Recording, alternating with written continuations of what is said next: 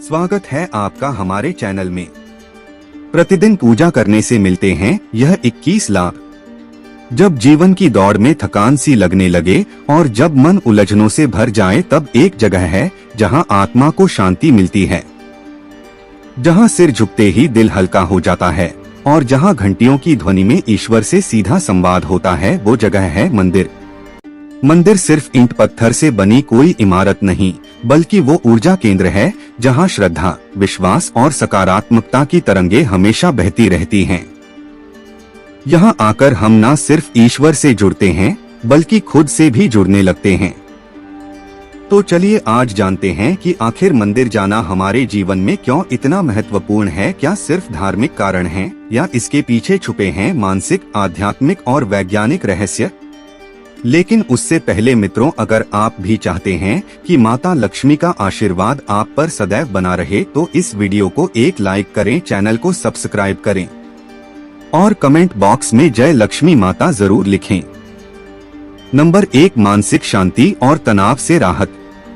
जब आप मंदिर के प्रांगण में प्रवेश करते हैं तो सबसे पहले महसूस होती है एक गहराई भरी शांति।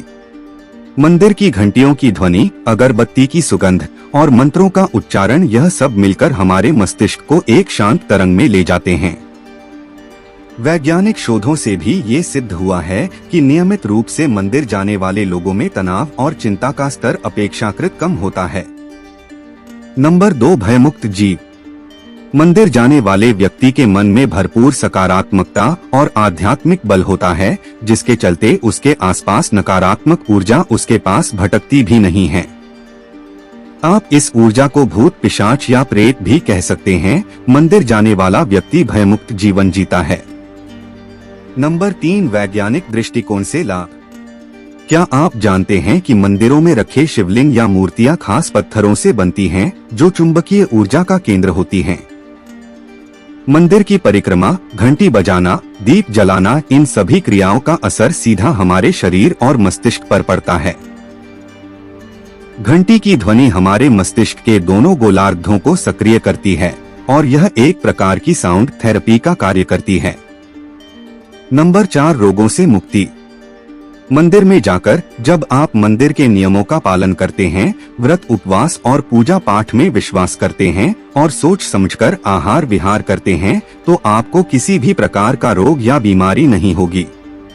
नंबर 5, बेरोजगारी से मुक्ति। अगर आप बेरोजगार हैं या आपका व्यापार नहीं चल रहा है, तो निश्चित ही आपको प्रतिदिन मंदिर जाना चाहिए। आपको जल्द ही सफलता मिलेगी। हालांकि जो व्यक्ति प्रतिदिन मंदिर जाकर प्रार्थना और पूजा पाठ करता है, उसके साथ यह समस्या नहीं रहती, और अगर होती भी है तो वह दिमाग पर बोझ नहीं डालता, बल्कि कर्म करता रहता है और अंत में सफल हो ही जाता है। नंबर 6, शत्रुओं से छुटकारा। मंदिर जाने वाले व्यक्ति का कोई शत्रु किसी बुरी विद्या के माध्यम से उसका कुछ भी नहीं बिगाड़ सकता है। कई लोग अपने कार्य या व्यवहार से दूसरों को नाराज कर देते हैं, जिससे उनके शत्रु बढ़ जाते हैं। कमजोर शत्रु अक्सर सामने की लड़ाई नहीं लड़ते, वे पीठ के पीछे ऐसे कार्य करते हैं जिन्हें अंधविश्वास की श्रेणी में रखा जाता है। लेकिन मंदिर जाने वाले लोगों को इससे कोई फर्क नहीं पड़ता है और वो आगे बढ़ते रहते हैं। नंबर 7, क्लेश से मुक्ति। प्रतिदिन मंदिर जाने वाले के मन और मस्तिष्क में क्लेश या क्रोध नहीं होता है। अगर घर के दूसरे सदस्य उससे झगड़ा करते हैं या घर में कोई विवाद हो रहा है, तो वह उसे समझदारी से संभालकर माहौल को खुशनुमा बना देता है। नंबर 8, ऊर्जा का संचार। मंदिर में जब व्यक्ति हाथ जोड़कर खड़ा होता है, तो हाथ जोड़ने से जहां हमारे दिल और हृदय को लाभ मिलता है, वहीं इससे प्रतिरोधक क्षमता का विकास भी होता है। कहते हैं कि हथेलियों और अंगुलियों के उन बिंदुओं पर दबाव पड़ता है जो शरीर के कई अन्य अंगों से जुड़े होते हैं। इससे उन अंगों में ऊर्जा का संचार होता है और बीमारियां दूर होती हैं। इसके अलावा जब हम मंदिर में आरती या कीर्तन के दौरान ताली बजाते हैं, तो यह एक्यूप्रेशर का काम करती है और इससे हमारा रक्त संचार सुचारू रूप से संचालित होता है। शरीर की मांसपेशियां भी मजबूत होती हैं और खून का दौरा बढ़ता है। नंबर 9, आकस्मिक घटनाओं से मुक्ति। यदि आप प्रतिदिन मंदिर जा रहे हैं तो आप अपने जीवन में आने वाली उन घटनाओं से बच सकते हैं जो आकस्मिक आती हैं, जैसे दुर्घटना, हत्या, आत्महत्या। नकारात्मकताएं आपकी जिंदगी से दूर रहेंगी और जीवन खुशहाल रहता है। इसके मंदिर में कई तरह के सुगंधित फूल अर्पित किए जाते हैं, जिनकी सुगंध से मन प्रफुल्लित होकर अवसाद से मुक्ति पा जाता है। नंबर 10, तिलक से लाभ। प्रतिदिन मंदिर जाकर जब व्यक्ति अपने मस्तक या दोनों भौं के बीच चंदन या केसर का तिलक लगाता है तो इससे शांति का अनुभव होता है और एकाग्रता भी बढ़ती है। दरअसल जहां तिलक लगाया जाता है उसके ठीक पीछे आत्मा का निवास होता है। आज्ञा चक्र और सहस्रार चक्र के बीच के बिंदु पर आत्मा निवास करती है, जो नीले रंग की होती है। अंतः चंदन लगाने के आध्यात्मिक लाभ भी हैं। नंबर 11, पितृ दोषों से मुक्ति। मंदिर में घंटी की टंकार करीब 7 सेकंड तक गूंजती है, जो मन और मस्तिष्क से विवाद हटाकर शांति प्रदान करती है। ऐसा भी कहा जाता है कि छोटी घंटी से पितृ दोष संतुलित होता है, साथ ही इस ध्वनि से बैक्टीरिया भी नष्ट हो जाते हैं। इसके अलावा आरती के बाद जब शंख बजाया जाता है तो यह श्रद्धालुओं के लिए बहुत सुखद और स्वास्थ्यवर्धक होता है और शंख बजाने वाले के फेफड़े भी मजबूत होते हैं। नंबर 12, मन और शरीर शुद्ध होना। मंदिर में प्रवेश से पूर्व शरीर और इंद्रियों को जल से शुद्ध करने के बाद आचमन करना जरूरी है और इस शुद्ध करने की प्रक्रिया को ही आचमन कहते हैं। आचमन करने से इस कार्य के लिए जो फल मिलता है वह अत्यंत महान होता है। पहले उंगलियां मिलाकर एकाग्र चित्त से पवित्र जल से बिना शब्द किए 3 बार आचमन करने से महान फल मिलता है और आचमन हमेशा 3 बार करना चाहिए, इससे मन और शरीर शुद्ध होते हैं। नंबर 13, स्वच्छ प्राणवायु। प्रातः काल पैदल ही मंदिर जाने से व्यापार में भी वृद्धि होती है और हमें प्राणवायु भी अच्छी तरह से प्राप्त होती है।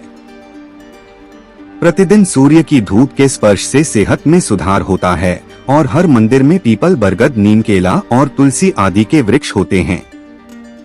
जब हम इन वृक्षों में जल अर्पण करते हैं या उन्हें नमस्कार करते हैं तो यह वृक्ष भरपूर ऑक्सीजन के साथ ही दिव्यता भी प्रदान करते हैं, जो हमारे मन और मस्तिष्क को स्वस्थ रखते हैं। इससे हमारे मन में शांति आती है। नंबर 14, वाणी दोष से मुक्ति। आरती या चालीसा का जाप करने से हमारा वाणी दोष भी दूर होता है और ओम के उच्चारण से हमारा चित्त एकाग्र होता है। आरती के बाद जब हम नमस्कार और दंडवत प्रणाम करते हैं तो हमारे मन में विनम्रता और श्रद्धा का भाव जागृत होता है। इससे अहंकार और घमंड का नाश होता है। नंबर 15, ग्रह दशा से मुक्ति। यदि आप दिन प्रतिदिन मंदिर जाते हैं तो आप पर किसी भी प्रकार के ग्रह और नक्षत्रों का बुरा प्रभाव नहीं पड़ता है और ग्रह बाधा से आप मुक्त रहते हैं। मंगल दोष, शनि या अन्य किसी ग्रह की बाधा हो, 7.5 अढ़िया या राहु की महादशा चल रही हो तो घबराने की जरूरत नहीं है। नंबर 16, दिव्य ऊष्मा की प्राप्ति। आरती लेने से हमारी हथेली की कोशिकाओं को दिव्य ऊष्मा मिलती है और हमारे भीतर मौजूद सभी विषाणु और जीवाणु समाप्त हो जाते हैं। जब हम आंखों पर हथेलियां रखते हैं तो उनकी गर्माहट आंखों के पीछे की सूक्ष्म रक्त वाहिकाओं को खोल देती है, जिससे उनमें अधिक रक्त प्रवाहित होने लगता है और हमारी आंखों की ज्योति बढ़ती है। मंदिर जाने से धार्मिक ज्ञान भी बढ़ता है, क्योंकि वहां गीता, वेद, उपनिषद आदि के बारे में जानकारी मिलती रहती है। नंबर 17, जैविक संक्रमण से मुक्ति। मंदिर में कपूर और अगरबत्ती की सुगंध से एक ओर जहां मन और मस्तिष्क से नकारात्मक विचार हटते हैं, वहीं हमारी रोग प्रतिरोधक क्षमता भी बढ़ती है। यह हमें जैविक संक्रमण से भी बचाती है। मंदिर की सुगंधित हवा में रहने से बैक्टीरिया नष्ट हो जाते हैं और किसी भी प्रकार का वायरल इन्फेक्शन नहीं होता है, क्योंकि मंदिर में कपूर का धुआं होता रहता है। नंबर 18, तुलसी के लाभ। भगवान के दर्शन, पूजा और आरती के बाद जब हमें तुलसी मिला हुआ चरणामृत, पंचामृत और प्रसाद मिलता है तो यह हमारे स्वास्थ्य के लिए बहुत ही फायदेमंद होता है। आयुर्वेद के मुताबिक यह चरणामृत हमारे शरीर के तीनों दोषों को संतुलित रखता है और चरणामृत के साथ दी गई तुलसी को हम बिना चबाए निगल लेते हैं, जिससे हमारे सभी रोग ठीक हो जाते हैं। इसके अलावा पूजा एक रासायनिक क्रिया है जो मंदिर के भीतर वातावरण की पीएच वैल्यू कम हो जाती है, जिससे व्यक्ति की पीएच वैल्यू पर असर पड़ता है। यह ऑर्गेनिक क्रिया शारीरिक रसायन को बदल देती है और यह क्रिया बीमारियों को ठीक करने में सहायक होती है। दवाइयाँ भी यही क्रिया करती हैं जो मंदिर जाने से होती है। नंबर 19, मनोकामना की पूर्ति। जब हम मंदिर में जाकर अपनी मनोकामना को बार बार दोहराते हैं तो हमें मंदिर की सकारात्मक ऊर्जा का साथ मिलता है, जिससे प्रकृति सक्रिय होकर हमारी मनोकामना पूर्ण करने लगती है। नंबर 20, सकारात्मक ऊर्जा का संचार। मंदिरों का निर्माण वास्तुशास्त्र और ऊर्जा विज्ञान के नियमों पर आधारित होता है। वहाँ की ध्वनि तरंगें, गूंजती मंत्र ध्वनियाँ और वातावरण में फैली शुद्धता, यह सब आपके अंदर सकारात्मकता भर देते हैं। इसके अलावा मंदिर में बैठकर ध्यान करने से मन भटकना बंद करता है और आत्मा स्थिरता की ओर बढ़ती है। नंबर 21, शोक से मुक्ति। मंदिर जाकर मन में विश्वास और आत्मबल का संचार होता है, जिससे मन में किसी भी प्रकार का दुख या शोक नहीं रहता है और व्यक्ति सभी परिस्थितियों में संतुलित रहता है। संतुलित अर्थात न तो भावना में बहता है और न ही कठोर होता है, हर परिस्थिति उसके लिए सामान्य हो जाती है। नंबर 22, सामाजिक और पारिवारिक जुड़ा। मंदिर सिर्फ व्यक्तिगत भक्ति का स्थान नहीं बल्कि समाज को जोड़ने वाला धागा है। वहाँ लोग मिलते हैं, साथ पूजा करते हैं, भजन गाते हैं और एक दूसरे से जुड़ते हैं। त्योहारों, उत्सवों और धार्मिक आयोजनों के दौरान मंदिर पूरे समाज को एक सूत्र में पिरो देता है। नंबर 23, समझने की क्षमता विकसित होना। मंदिर जाने से व्यक्ति में सही और गलत को समझने की क्षमता बढ़ती है और वह किसी भी प्रकार की फालतू लड़ाई झगड़े में नहीं पड़ता है। जैसे रास्ते में पड़े पत्थर या गड्ढे को देखकर हम अपनी गाड़ी को उससे बचाकर निकाल लेते हैं, उसी तरह मंदिर जाने वाला व्यक्ति अपनी जिंदगी को समझदारी से गड्ढों से बचाकर निकाल लेता है। नंबर 24, आत्मिक विकास और आत्मविश्वास में वृद्धि। जब हम मंदिर में ईश्वर के सामने सिर झुकाते हैं, तब वह झुकाव सिर्फ भक्ति का नहीं होता, वह हमारे अहंकार को मिटाने का संकेत होता है।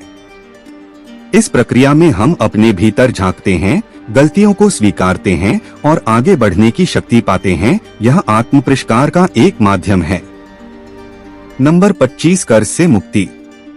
मंदिर जाने वाले व्यक्ति के जीवन में कभी ऐसे संकट नहीं आते कि वह कर्ज में डूब जाए। थोड़ा बहुत कर्ज हो तो कोई फर्क नहीं, लेकिन कर्ज भी सोच समझ कर ले। यदि कर्जा ज्यादा हो तो उससे छुटकारा पाने के रास्ते निश्चित ही मंदिर से निकलते हैं। मन में मंदिर के प्रति विश्वास हो तो इस बाधा से व्यक्ति मुक्त हो जाता है। नंबर 26, बच्चों और युवाओं के लिए संस्कारों की पाठशाला। बच्चों को अगर बचपन से मंदिर ले जाया जाए तो उनमें संस्कार, विनम्रता और नैतिक मूल्यों का बीज बचपन से ही बोया जाता है। वहाँ वे देखना सीखते हैं सेवा, श्रद्धा, दान, भक्ति और अनुशासन। नंबर 27, कृतज्ञता और विनम्रता का भाव। हर बार जब हम मंदिर जाते हैं और भगवान के सामने हाथ जोड़ते हैं तो हम यह स्वीकार करते हैं कि हमारे जीवन की सफलता, सुख और शांति केवल हमारे प्रयासों से नहीं बल्कि उस परम शक्ति की कृपा से भी है। यह भाव हमारे भीतर विनम्रता लाता है और अहंकार को समाप्त करता है। नंबर 28, सामाजिक प्रतिष्ठा में वृद्धि। मंदिर जाने से हमारी सामाजिक प्रतिष्ठा बढ़ती है, साथ ही हमारी जान पहचान भी बढ़ती है और मंदिर में दिए गए दान के अनेक लाभ होते हैं। दान करने से हमें कृतज्ञता रहती है और हम चीजों के प्रति आसक्ति नहीं पालते। इसके साथ ही हमारे सामाजिक दायित्वों का भी निर्वाह होता है। मंदिर जाने से हमें पंचांग और त्योहारों की जानकारी मिलती है जो हमारे जीवन को समृद्ध करती है। नंबर 29, तनाव से मुक्ति। मंदिर की भूमि को सकारात्मक ऊर्जा का क्षेत्र माना जाता है। यह ऊर्जा भक्तों में पैरों के जरिए ही प्रवेश करती है, इसलिए हम मंदिर के अंदर नंगे पांव जाते हैं। मंदिर में भगवान की परिक्रमा से जहां सेहत के लाभ मिलते हैं, वहीं यह धरती के गुरुत्वाकर्षण की शक्ति से जुड़कर हमारे शरीर का तनाव निकाल देती है। साथ ही मंदिर के गुंबद और उसके कलश से प्रवाहित हो रही ऊर्जा हमारे शरीर को प्रभावित करके सकारात्मक ऊर्जा प्रदान करती है। नंबर 30 प्रार्थना में अद्भुत शक्ति। प्रार्थना करने वाला व्यक्ति मंदिर के ईथर माध्यम से जुड़कर अपनी बात ईश्वर या देवी शक्ति तक पहुंचा सकता है। देवता सुनने और देखने वाले हैं और प्रतिदिन की जा रही प्रार्थना का देवताओं पर असर होने लगता है। प्रार्थना में जो शक्ति है वह मानसिक या वाचिक ध्वनि के रूप में आकाश में चली जाती है। यदि आपका मन सच्चा और निर्दोष है तो जल्द ही सुनवाई होगी। मंदिर जाना केवल ईश्वर के दर्शन नहीं बल्कि खुद को जानने, पहचानने और सुधारने की यात्रा है। तो मित्रों, देखा आपने, मंदिर जाने के अनेक लाभ होते हैं और अगली बार जब जीवन भारी लगे बस मंदिर की ओर रुख कीजिए, क्योंकि वहां केवल भगवान नहीं, आपका अपना सच्चा आत्म मिल सकता है। हर बार जब आप मंदिर से लौटते हैं तो आप वैसा नहीं होते जैसे आप गए थे। आप थोड़ा और शांत होते हैं, थोड़ा और बेहतर और थोड़ा और ईश्वर के करीब। मित्रों, आज की वीडियो आपको कैसी लगी जरूर बताएं और आगे भी ऐसी ही रोचक जानकारी के लिए चैनल को सब्सक्राइब जरूर करें और जय माता लक्ष्मी और जय हरि विष्णु जरूर लिखें।